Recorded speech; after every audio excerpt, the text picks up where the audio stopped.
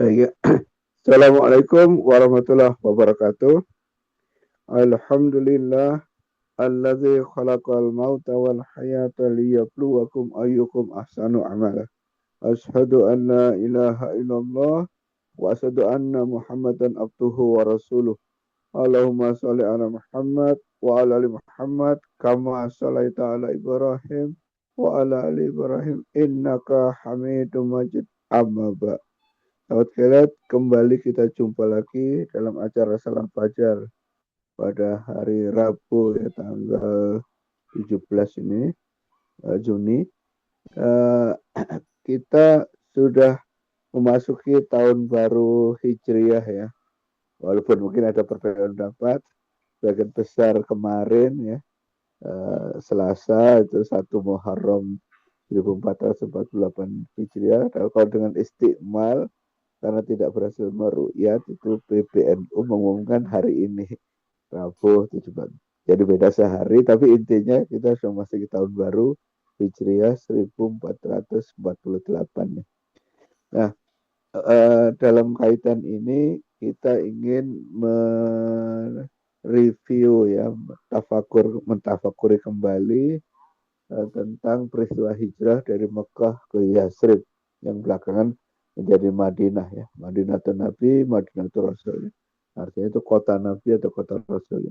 Yang lebih penting lagi, ternyata peristiwa hijrah itu tidak langsung menginspirasi untuk menjadi almanak atau kalender ya, karena itu kebutuhan itu baru terasa pada zaman Khalifah Umar bin Khattab ya, pada tahun 638. Tentu ini bisa dimengerti karena pada waktu Rasulullah merintis masyarakat Madani di Madinah itu hampir 10 tahun ya, itu betul-betul konsolidasi untuk dapat dikatakan untuk dakwah internasional atau dakwah mondial ya.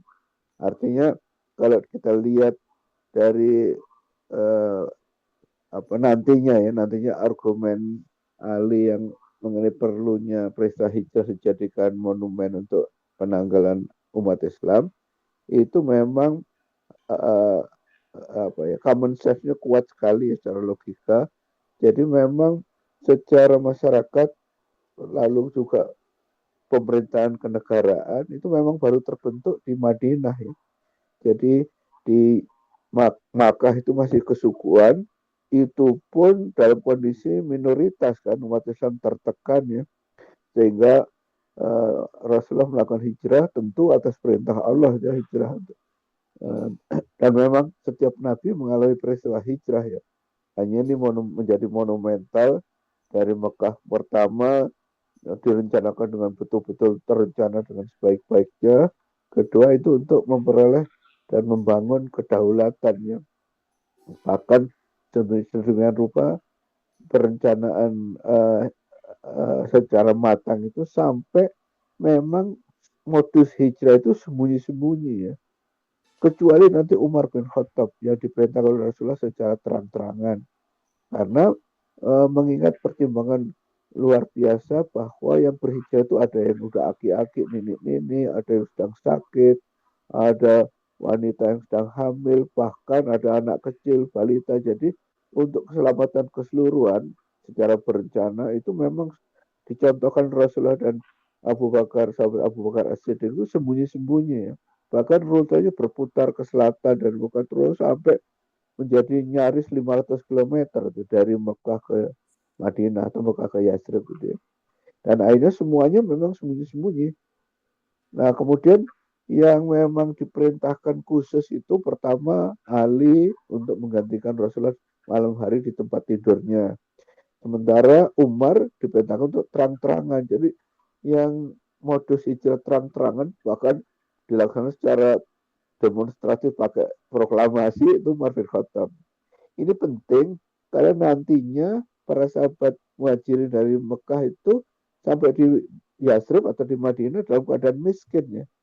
Karena ya terbayang dulu pasti belum ada kartu ATM, belum ada kartu artinya digital belum ada, jadi harus dibawa secara fisik kekayaan itu. Padahal sembunyi-sembunyi dalam keadaan dikejar-kejar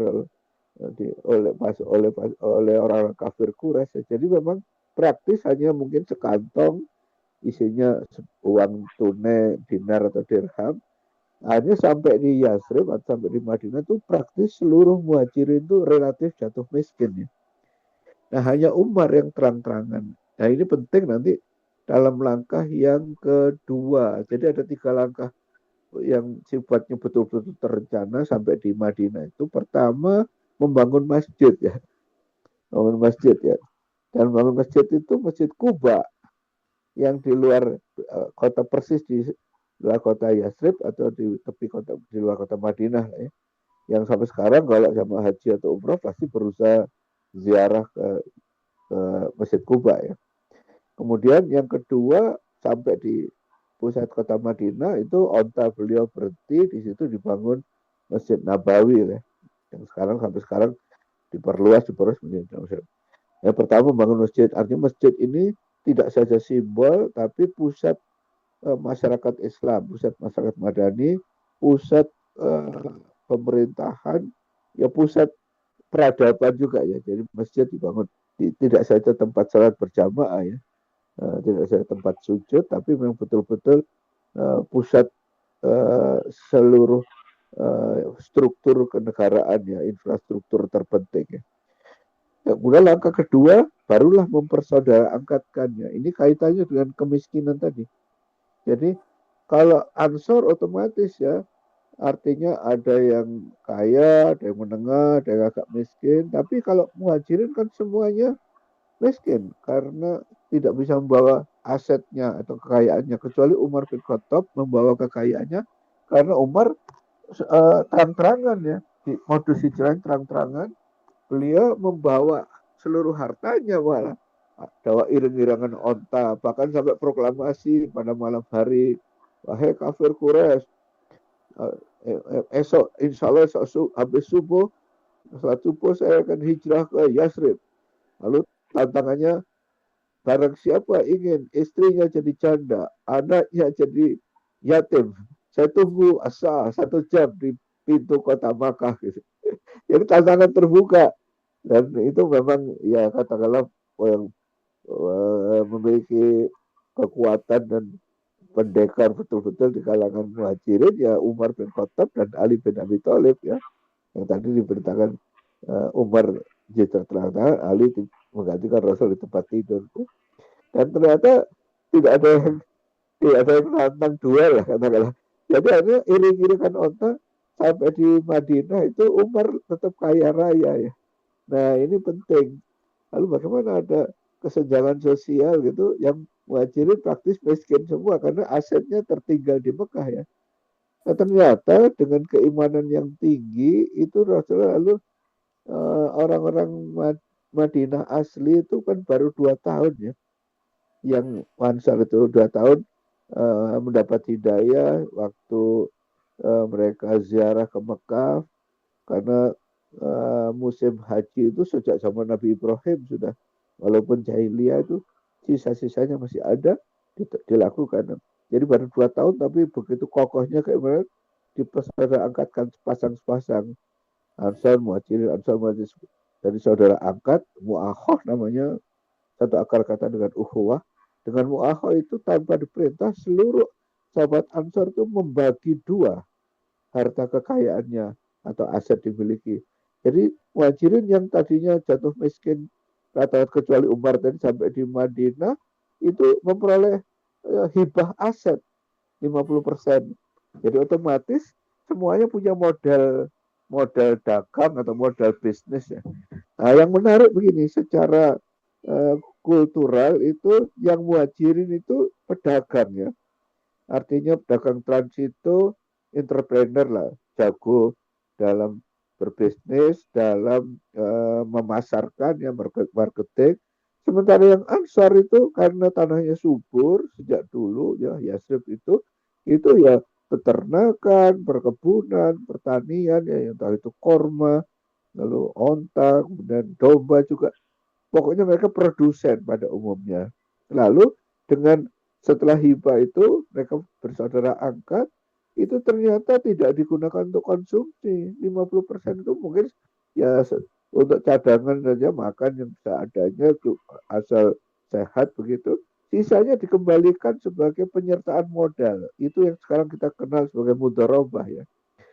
Jadi lalu sahabat Ansar itu menjadi produsen ya, uh, mungkin lebih tepat musyarakah ya, menurut karena modalnya dari kedua belah pihak ya, musyarakah sirka ya. Jadi yang Ansar itu menjadi produsen yang marketing dan pemasaran dan sebagai untuk penjualan itu sahabat muhajirin yang jadi mereka bermitra dan itu terjadi luar biasa ya, hanya meningkatkan tidak saja kesempatan kerja tapi juga partisipasi ya kan, jadi perluasan partisipasi dan kesempatan kerja, lalu juga otomatis meningkatkan konsumsi dalam bentuk permintaan agregat ya, jadi eh, eh, makin produktif, malah justru yang muhajirin itu semangat menjual, memasarkan, yang Ansar semangat dalam berproduksi ya. Jadi terjadi kolaborasi luar biasa ya. Persekutuan dagang lah sepasang-sepasang tadi ya. Jadi yang muhajirin jadi pedagang dan pemasar, Ansarnya jadi produsen begitu. Jadi kontrak-kontraknya itu kontrak sharing atau bagi hasil itu tumbuh. Jadi investasi bagi hasil itu berkembang lalu meningkatkan produktivitas justru. Ini langkah kedua sebetulnya ya. Langkah kedua. Lalu langkah ketiga itu adalah membangun negara.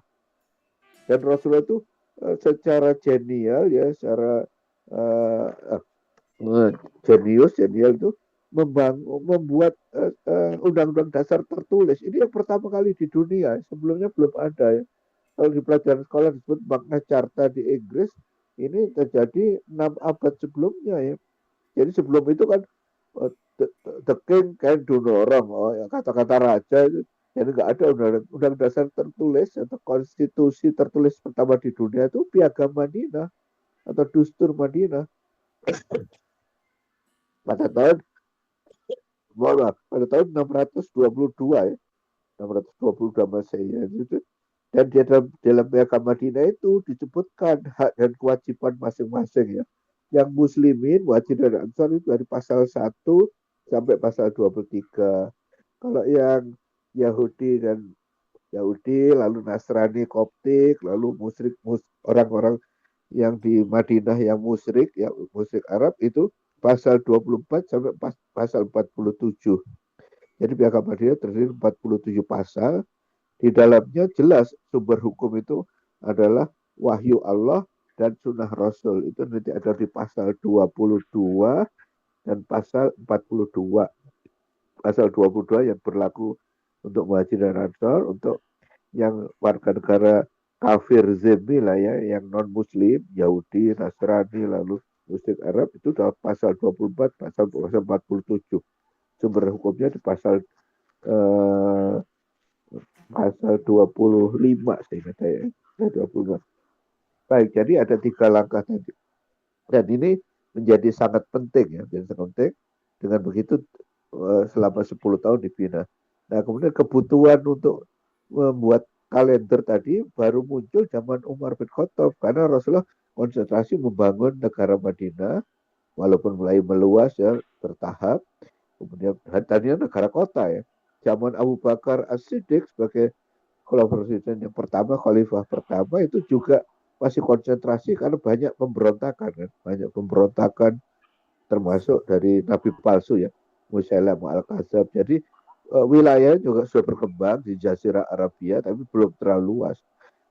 Menjadi sangat luas itu zaman kolaborasi kedua aja, pemerintahan Umar bin Khattab sampai eh, ke barat itu tidak saja Yaman ya, sampai terus ke ke Persia, kemudian bahkan sampai wilayah sekarang yang sekarang disebut Afghanistan ya. Sementara itu ke timur ya. Kalau ke barat sampai ke Afrika Utara, sampai ke Turki, Romawi, pokoknya luas ya. Nah, usul kalender tadi datangnya dari gubernur Irak ya. Gubernur Irak sekarang di Irak lah, Irak yang sekarang itu Abu Musa al-Asy'ari. Intinya beliau mengatakan surat-surat kenegaraan itu rumit mau diarsipkan karena hanya tanggal dan bulan, nggak ada tahun. Jadi katakanlah 5 Zulhijjah, 10 Zulqa'dah, 25 Ramadan. Nah, urutan tahunnya bagaimana dari segi arsiparis, dan itu sangat common sense ya. Usulan itu langsung diterima, disetujui oleh Khalifah Umar bin Khattab, dibentuk panitia 7, dipimpin langsung Umar bin Khattab. 6 anggota yang lain, sahabat-sahabat, misalnya Utsman bin Affan, Ali, Ubaidillah bin Al-Jur, dan seterusnya. Ada 6 itu semuanya termasuk yang dijamin 10 sahabat masuk surga. Dan usul yang diterima usul dari Ali. Tadi ada mengusulkan tahun gajah, kelahiran Rasulullah, tahun dan seterusnya, tahun diterimanya wahyu, dan sebagainya. Tapi yang mufakat bulat tahun hijrahnya kaum muslimin muhajirin dari Mekah ke Yasrib, atau dari Mekah ke Madinah. Itu tahun 622 ya. Tapi disepakatinya tahun waktu pemerintahan Umar tahun 638. Jadi tahun satunya 622, tahun 638 waktu jadi disepakati melalui musyawarah panitia 7 tadi itu langsung tahun 17 Hijriah. Jadi tahun 1 sampai 16 ya sudah lewat. Sudah lewat ya. Tapi ditetapkan. Jadi begitu disepakati tahun 17 Hijriah itulah dimulai ada tanggal, bulan, tahun, tanggal, bulan, tahun dalam surat-surat resmi, dalam perjanjian, dan dengan begitu ya, tahun 638 itu mulainya ditetapkan sebagai kalender Hijriah ya, sampai sekarang ya. Jadi ini menjadi sangat penting ya. Lalu hikmahnya apa? Ya jelas sekali kalau perekonomian politik jelas, yaitu kedaulatan.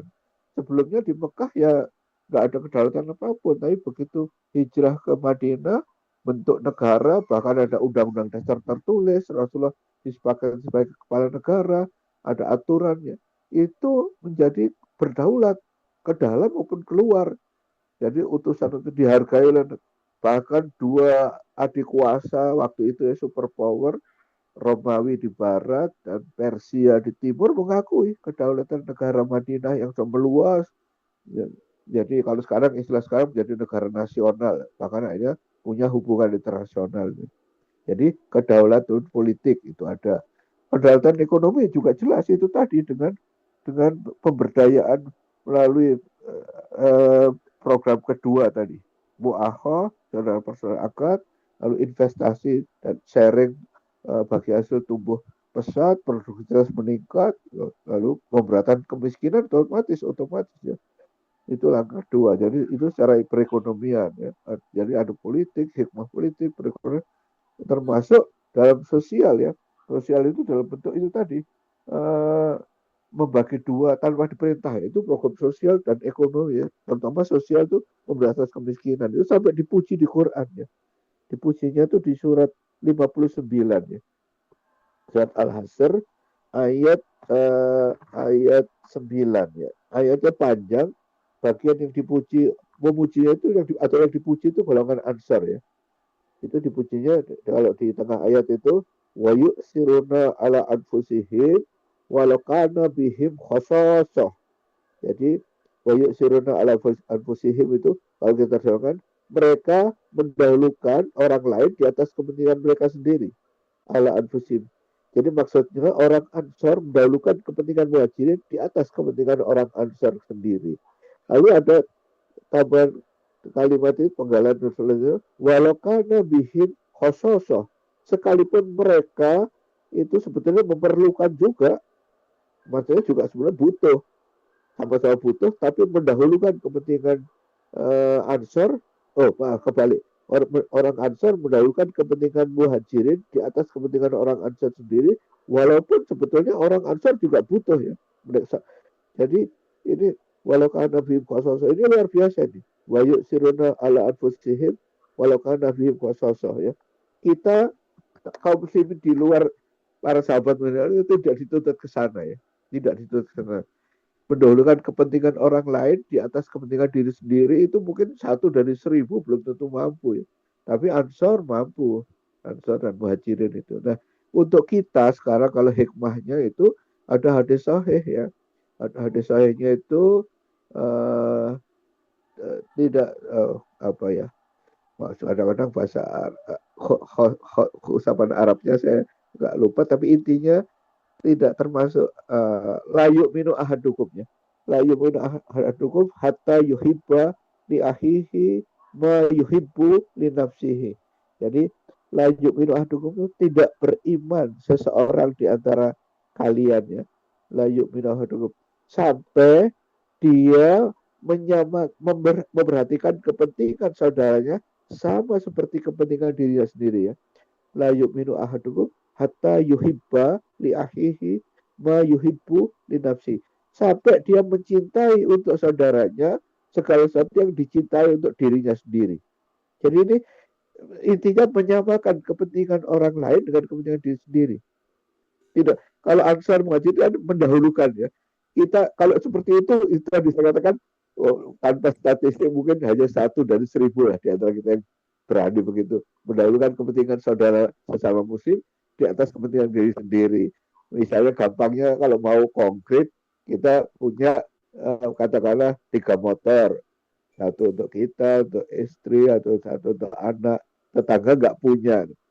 Mampukah kita punya 3, tetangga muslim itu nggak punya. Lalu kita hibahkan, kita hadiahkan 2, sehingga punya kita tinggal 1. Siapa yang mampu begitu? Dari 3 tinggal 1, yang 2 dihibahkan. Itu praktek dulu Muhajirin dan Ansor seperti itu. Nah kalau dibagi 2, misalnya kita punya 2 motor lah, 2 motor, lalu 1 untuk kita, 1 untuk tetangga muslim yang tadinya kemana-mana jalan kaki. Nah kalau seperti itu mungkin cukup banyak yang mampu lah menyamakan kepentingan ya, menyamakan kepentingan. Jadi hadisnya itu la yu'minu ahadukum hatta yuhibba li ahihi ma yuhibbu li nafsihi. Jadi hadis sahihnya begitu. Tidak beriman seseorang di antara kalian sampai dia mencintai untuk saudaranya segala sesuatu yang dia cintai untuk dirinya sendiri. Gampangnya begini, kalau saya mencintai untuk diri saya dan keluarga itu makan 3 kali sehari, memenuhi syarat gizi minimal, ya secara nutrisi juga mencukupi, sementara tetangga saya kelaparan misalnya. Maka kalau itu misalkan jatah untuk separuh itu kita hibahkan. Tapi tetap memenuhi syarat standar kesehatan, kita tetap sehat, makanan tidak bermewah-mewah, yang tadinya kelaparan tetangganya jadi sahabat. Dia menyamakan. Kalau kita membuat katakanlah soto ayam atau rawon itu misalnya 2 panci, 1 panci untuk keluarga kita, 1 panci untuk tetangga, menyamakan kepentingan. Itu saja belum tentu 100% kita mampu. Saya tidak tahu ya, mungkin 60 apa 70%, 80% dari kita mampu melakukan itu. Tapi tuntutannya begitu seharusnya ya. Berarti ada solidaritas sosial. Ya, ya. Nah, ini hikmahnya, jadi hikmah politik ya, ekonomi ya, lalu kesadaran sosial untuk atau jaring pengaman sosial. Kalau dari segi spiritualitas jelas misalnya ya ayatnya tuh ada yang utama ada 2 ayat, tapi saya ingin baca yang Al-Baqarah saja. Al-Baqarah ayat 218 itu ya. Kalau At-Taubah ayat 20 juga. Kalau di Al-Baqarah 218 itu bunyi ayatnya innalladzina amanu walladzina hajaru wajahadu fi sabilillah ulaika yarjuna rahmatallah. Jadi tegas sekali sih. Sesungguhnya orang yang beriman, orang yang berhijrah dan berjihad di jalan Allah, ulaika yarjuna rahmatallah. Mereka lah yang boleh atau bisa mengharapkan rahmat Allah. Jadi langsung dilimpahi rahmat Allah, kasih sayang Allah. Berhijrah itu ini hikmah yang sifatnya spiritualitas ya, keteguhan iman. Kalau rahmat Allah berlimpah-limpah ya. Jadi sesungguhnya orang yang beriman dan orang yang berhijrah dan berjuang di jalan Allah, mereka sajalah yang bisa mengharapkan rahmat Allah. Lalu wallahu ghafurur rahim. Sesungguhnya Allah itu maha pengampun lagi maha penyayang. Jadi ini hikmah yang sifatnya spiritualitas atau keteguhan iman ya. Jadi memang luar biasa memang peristiwa hijrah itu kalau dihayati. Dan itulah yang menjadi pertimbangan usul Ali untuk menetapkan kalender Hijriah, kalender umat Islam berdasarkan peristiwa hijrah. Ya. Argumennya sebenarnya ada 3 argumen atau alasan Ali mengusulkan itu. Yang pertama, kalau dirumuskan itu dengan kata-kata kita ya. Yang pertama, Allah sendiri memuji orang yang beriman, berhijrah dan berjihad. Itu tadi atau ayat 20 dengan Al-Baqarah 218. Kemudian yang kedua, hanya setelah hijrah dari Mekah ke Madinah itu umat Islam memiliki kedaulatan, kedaulatan politik, ekonomi, menjadi negara yang berdaulat ya, yang badatun taibatun warupun kafir, negara berdaulat gitu, sejahtera gitu. Kemudian yang ketiga, dengan ditetapkannya hijrah sebagai peristiwa hijrah itu sebagai momen awal kalender Islam, maka umat Islam sepanjang zaman sampai kiamat itu bisa mengambil pelajaran, ibroh ya, bahwa kita harus melakukan perbaikan, perbaikan diri terus menerus ya. Jadi hijratul qulub wal jawari, hijrahnya kolbu kita, pusat kesadaran kita, dan seluruh anggota tubuh. Makin lama makin baik, makin baik. Jadi ini sekarang kita kenal sebagai asas continuous improvement ya. Perbaikan terus menerus, continuous improvement ya. Jadi dari satu keadaan menuju keadaan lain yang lebih baik, terus makin baik, makin baik, makin baik dalam dengan tolok ukur apapun. Makin lama makin baik. Jadi makin baik, makin baik, makin sempurna, continuous improvement. Dan itu berlaku. Jadi umat Islam, kalau dalam kata-kata yang sederhana mampu difahami oleh setiap Muslim, Rasulullah mengatakan bagi setiap orang beriman besok harus lebih baik dibanding sekarang. Sekarang harus lebih baik dibanding kemarin. Sekarang hari Rabu lebih baik dari Selasa kemarin. Besok hari Kamis harus lebih baik. Tolak ukur apapun ya. Pada pribadi kita, keluarga kita, tetangga, lalu satu RW, RT, RW sampai masyarakat, umat Islam, masyarakat, negara, bangsa, makin lama. Kalau tetap bagaimana? Kata Rasulullah jawaban para sahabat kan begitu. Kalau tetap bagaimana ya Rasul? Kalau tetap itu rugi. Jadi kalau besok Kamis dengan hari ini tetap nggak ada perubahan apa-apa itu rugi. Sekarang dengan kemarin sama, kok sama aja, nggak ada perbaikan apa-apa, rugi. Nah, yang lebih fatal berikutnya pertanyaan, kalau lebih buruk bagaimana? Itu celaka kata Rasulullah. Jadi harus lebih baik, makin lama makin baik. Kalau sama, statis aja sama, apa saja sama, nggak ada perubahan apa-apa, itu rugi.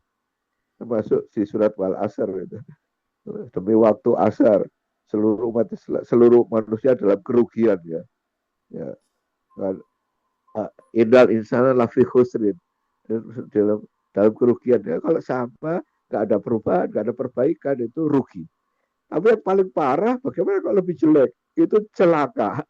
Nah ini kita tidak ingin rugi, tidak ingin celaka, kita ingin beruntung, berbahagia. Harus tambah baik. Ini kalau terukur ya, efisiensi misalnya, kalau mahasiswa IPK, maka ini lebih jelas lagi. Efisiensi kan terukur ya, produktivitas ada nilainya. Lalu Human Development Index ada, semua ada nilainya ya. Kalau mahasiswa itu indeks prestasi kumulatif ya. Katakanlah semester ini IPK-nya 3,5, semester depan turun 3,1, semester depan turun 2, itu celaka itu. Kalau sekarang 3,5, semester depan harus 3,6. Semester 3, terus waktu lulus nanti 3,9 atau 4,0, itu baru beruntung. Kalau awal-awal kuliah 3,9 terus merosot lulusnya 2,7, itu celaka itu. Saya begitu ya. Mulainya 3,8, wah semangat semangat semester 1, terus turun, tangga turun, itu celaka. Mahasiswa celaka, alumni yang celaka. IPK-nya berapa waktu lulus 2,9, 3,0, itu celaka. Harusnya kembali. Awalnya 3,0, terus naik, waktu lulus 3,85 atau 3,9, lulus kumlot. Nah, itu baru berbahagia. Terukur ya. Baik ya, para sahabat ya, Gelet ya. Jadi ini luar biasa hikmah peristiwa hijrah itu kalau kita ambil dalam tolak ukur apapun, dalam aspek apapun ya. Jadi mau secara politik, dalam politik, lalu secara perekonomian, finansial, sampai hubungan sosial, tanggung jawab sosial, kepedulian pada orang lain, sampai nanti dalam segi spiritualitas tuh perbaikan tingkat keimanan dan ketakwaan. Makin lama makin bertakwa, makin tinggi ketakwaan terus. Ini sejajar dengan rukun khutbah. Setiap khotib Jumat harus menyampaikan nasihat takwa kan. Takwa itu berarti hati-hati menjaga diri dari kemurkaan Allah, berarti makin taat, makin taat, makin taat. Wah, tingkat keimanannya tambah tinggi, tambah tinggi, tambah tingkat keimanan. Jadi ini yang dicontohkan oleh Rasulullah, dipraktikkan oleh para sahabat Muhajirin dan Ansar. Tentu ini menjadi tantangan, kita semua harus berusaha seperti itu ya. Jadi momen hijrah itu bukan sekedar perayaan rame-rame, lalu ada makan-makan di masjid, ada ceramah khusus atau tablik akbar, tapi harus bisa mengambil pelajaran ya. Dari segi kedaulatan, dari segi kemandirian, berdiri atau dari segi kemerdekaan, dari segi perbaikan nasib, dari segi meningkatkan tingkat keimanan dan ketakwaan, dari segi tambah soleh, peduli pada sesama, gitu, dan seterusnya. Semua aspek dan tolak ukur kehidupan harus makin lama makin baik ya. Ya, saya rasa itu sekarang sudah jam 5, pukul 5 lewat 52, masih ada waktu 7 atau 8 menit lagi kalau ada. Belum ada ya di chat, belum ada. Kalau dari yang dari rumah mendengarkan lewat radio bisa telepon ke studio atau WA enggak ke nomor 253 2072 atau 253 1972 ya, di telepon ke studio maka bisa ya. Baik, jadi saya rasa banyak hal ya, hampir dalam semua aspek kehidupan ya, kita bisa mengambil pelajaran penting, dan itu menjadi kalender ya, artinya kalender di luar kalender Masehi dalam berbagai hal. Januari sampai Desember, maka ada kalender Hijriah dari Muharram sampai Zulhijjah, itu menjadi terutama untuk ibadah ritual, yaitu ritual ibadah mahdoh itu mengikuti kalender Hijriah. Saum Ramadan, termasuk nanti kalau sekarang bulan Muharram ini 10 hari pertama banyak beramal soleh, lalu khusus tanggal 10 nanti ada saum ya, puasa khusus, disunatkan saum Asyura ya. Saum Asyura itu pahalanya atau keutamanya itu menghapuskan dosa setahun yang silam ya. Tentu maksudnya dosa yang kecil ya. Kalau dosa besar harus tobat nasuha ya. Jadi ini nilainya setengah dari saum Arafah. Kalau saum Arafah itu menghapus dosa setahun yang silam dan setahun yang akan datang. Jadi 2 tahun ya, itu dihapuskan dosa kecil tentu. Kalau yang nanti 10 Muharram itu menghapuskan dosa setahun silam. Nah, penting lah. Kita banyak melakukan dosa-dosa kecil, sengaja tidak sengaja.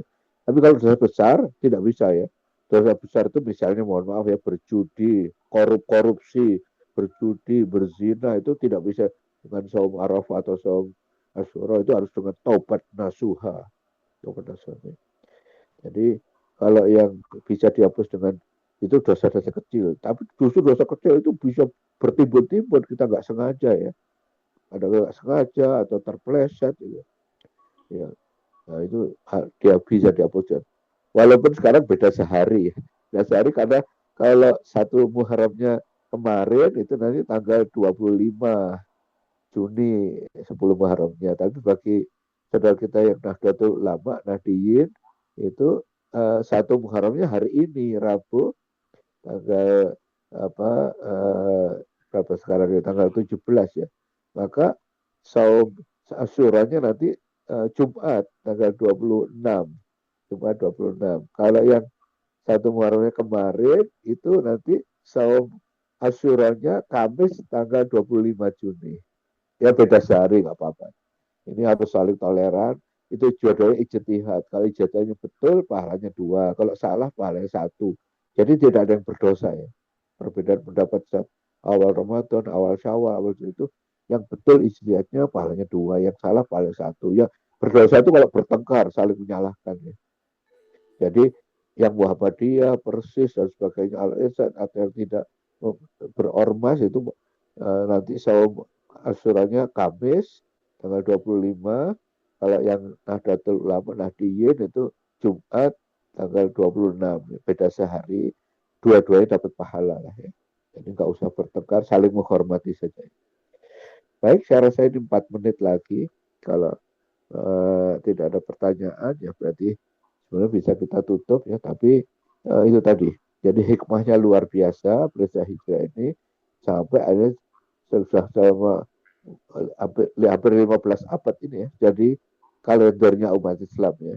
Jadi di samping kalender Masehi yang dipakai dalam banyak hal, maka ada kalender Hijriah yang kita pakai juga, tetapi lebih khusus lagi untuk ibadah-ibadah ritual atau ibadah mahdoh ya. Semua yang kita lakukan itu baik itu awal Ramadan, awal Syawal, 10 Zulhijjah untuk Idul Adha, hari tasriknya, tinggal sampai sekarang awal Muharram itu pakai kalender Hijriah ya. Hijriah.